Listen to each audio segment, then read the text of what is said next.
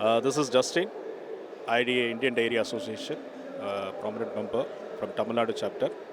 And here we are organizing 50th DIC, Dairy Industry Conference, of theme Innovation and Entrepreneurship, Indian Dairy Innovation and Entrepreneurship. So now we have got, this is the third day and we have got a lot of sessions, technical sessions, in which way dairy industry can be, innovation can be taken into force for profitability in the dairy industry.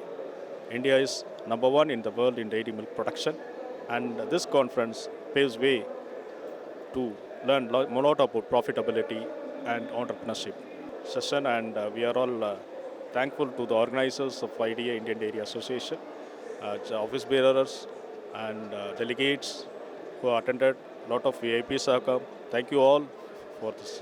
We are all benefited how which way that Indian dairy industry can be brought in an upward trend, and a lot of scoop of ideas we have taken from the speakers and dignitaries and from the participants.